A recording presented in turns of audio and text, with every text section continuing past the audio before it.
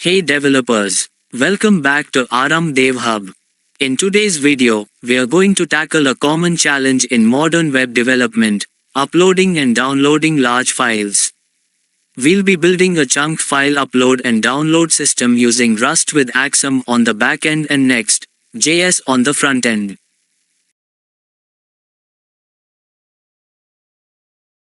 Uploading large files directly can overwhelm a server, especially if the connection is interrupted or there's a network issue.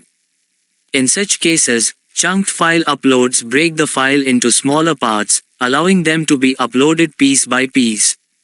This not only makes the upload more manageable but also lets us resume it if a network failure occurs.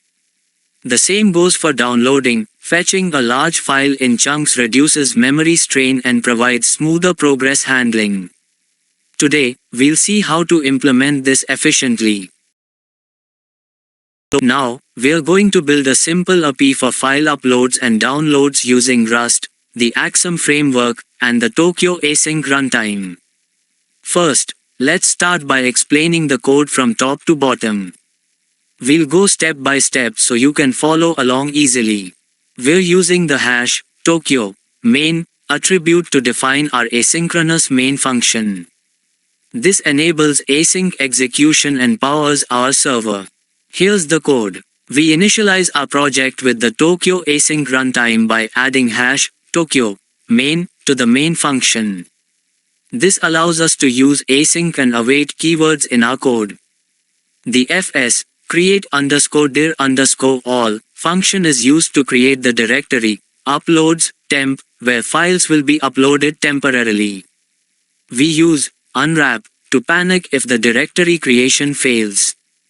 This helps ensure we have a safe file upload destination right at the start. Next, let's add cross-origin resource sharing (CORS) configuration to allow requests from our frontend. The CORS layer sets up CORS for our API, enabling our server to handle requests from different origins. In this case, we allow requests from http://localhost port 3000, which is likely where our frontend is running. We also specify which HTTP methods are allowed, in this case, get and post for downloading and uploading files. Now, let's define the routes for file uploading and downloading. Here, we create an app using the Aksum router. We set up two routes. Post, upload, this will handle file uploads. Get, download, this will handle file downloads. We wrap the app in our CORS layer to ensure that CORS rules are applied to all routes. Finally, we start the server. We bind our server to the address 0.0.0.0 8000 using Tokio Net TCP listener. This ensures that the server listens for incoming requests on port 8000. Once the server is running, we use Aksum serve to start serving the routes defined in our app. The println statement provides feedback, showing that the server is running on http://localhost port 8000.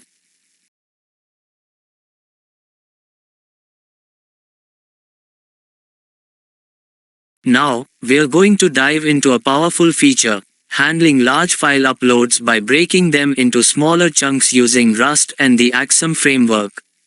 This approach is perfect for scenarios where you need to upload large files efficiently. By the end of this video, you'll understand how to upload files in chunks, store them temporarily, and reassemble them into a complete file. Let's jump right into it.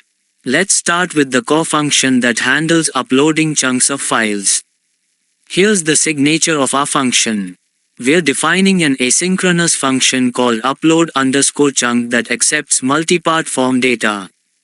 Multipart forms allow us to handle file uploads. We use multipart to pass the data, and it will return an HTTP response once the processing is complete. Next, we pass the incoming form data and extract key information like the file name, chunk number, and chunk data. We initialize variables to hold the file name, the current chunk number, the total number of chunks, and the actual chunk data. These are the key parts that help us handle each piece of the file in chunks. Then, we process the multi-part form data. Here, we loop through the fields of the multi-part form and extract data based on the field name. We check for 4 fields: file name, chunk number, total chunks, and chunk. For each field, we convert it into the appropriate data type. Once we've parsed the form data, we need to ensure the file name and chunk data are valid. We validate that both the file name and chunk data are provided. If anything is missing, we return a 400 BADREQUEST status. Now, we store the chunk in a temporary directory. We create a temporary directory based on the file name, where each chunk will be stored temporarily. This ensures we are not overwriting any files and allows us to reassemble them later. Here, we create a new file for each chunk using the chunk number to differentiate between them. Then, we write the chunk data to the file. Once all the chunks have been uploaded, we need to reassemble them into the original file. This happens when the total number of chunks has been uploaded successfully. We call the is_upload_complete function to check if all chunks have been uploaded by comparing the number of files in the temporary directory with the total _chunks. If all chunks are present, we proceed to call the assemble_file function to reassemble them into the final file. The is_upload_complete function ensures all chunks have been uploaded before reassembling the file. This function reads the directory containing the uploaded chunks and counts how many files are present. If the count matches total _chunks, it returns true, indicating the upload is complete. Now, let's look at the assemble_file function that stitches all the uploaded chunks together. This function opens a new file in the uploads directory, where the final reassembled file will be saved. We then loop through each chunk, read its data, and write it to the output file in order. Once all chunks are written, we clean up by removing the temporary directory. It's important to prevent directory traversal attacks when dealing with file uploads. We sanitize the file name using this function. This simple function strips out slashes and any instances of from the file name to ensure that users can't upload files outside the intended directory structure or overwrite system files.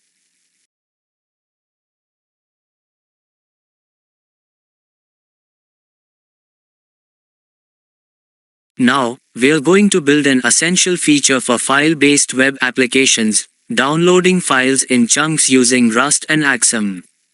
Chunk downloads are perfect for handling large files or resuming interrupted downloads.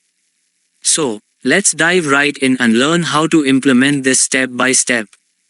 Downloading files in chunks can significantly improve user experience when dealing with large files. Instead of downloading the entire file at once, which can slow down the application, we'll break it down into smaller pieces. This is especially useful for scenarios like video streaming, large file downloads, or resumable downloads. To start with, we need a struct to capture the necessary parameters for downloading a file in chunks. These parameters include the file name, the offset, where the download should start, and the chunk size, how much data we want to download in one go. Here's our struct called download_params. This struct holds the information required for downloading. The file name identifies the file, offset specifies where the file reading should begin, and chunk size tells us how many bytes to read. Next, let's break down the main function download_chunk. This is where the magic happens. It takes in our download params and reads a part of the file, returning it as a response. Here's the full function. Now, let's break it down step by step. The first thing we do in download_chunk is sanitize the file name to prevent directory traversal attacks. This ensures users can't maliciously access files outside the intended directory. Here's how we use it. We sanitize the file name before using it to form the full path to the file in our Uploads folder. Next, we attempt to open the file. If it doesn't exist, we return a 404 not found response. This ensures that we only proceed if the file is available in our system. Once the file is opened, we need to seek the position where the download should start. We do this using the seek function. This moves the file pointer to the correct offset. If something goes wrong, like an invalid offset, we return an internal server error. Now, it's time to read the chunk. We allocate a buffer with the size specified in chunk size and attempt to read that many bytes. Here, we read the data into a buffer and capture how many bytes were actually read. If something goes wrong, we return an error. If we reach the end of the file, we return 204 no content to signal there's nothing left to download. Finally, we return the chunk as a response. The response body is the part of the file we just read. We create a body from the bytes we read and attach it to the response. The content type is set to application, octet stream, which is the standard MIME type for binary data. And that's it. The client will receive this chunk of the file to download. Now, we're diving into how to implement chunked file upload and download functionality in a Next.js application. This is super useful for handling large files efficiently. Let's get started. First, make sure you have a Next.js project set up. If you need help with that, check out my previous video on setting up a React project. Once you have your project ready, let's dive into the code. We'll be using React's useStateHook to manage our state. Let's import it at the top of our component. Now, let's create our main component called Home. This will house both our upload and download functionalities. We need to allow users to select a file. Let's add an input element for file selection and create a handler function to manage file changes. Next, let's implement the upload file in chunks function, which will handle the uploading process. This function will split the file into chunks and upload each one sequentially.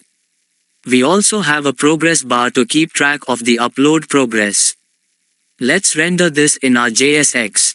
Now, let's implement the download functionality.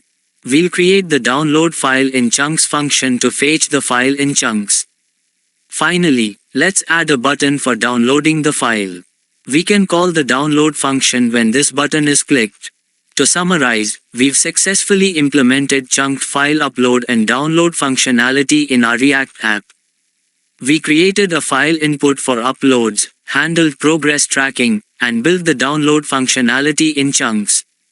Now let's show how it's working.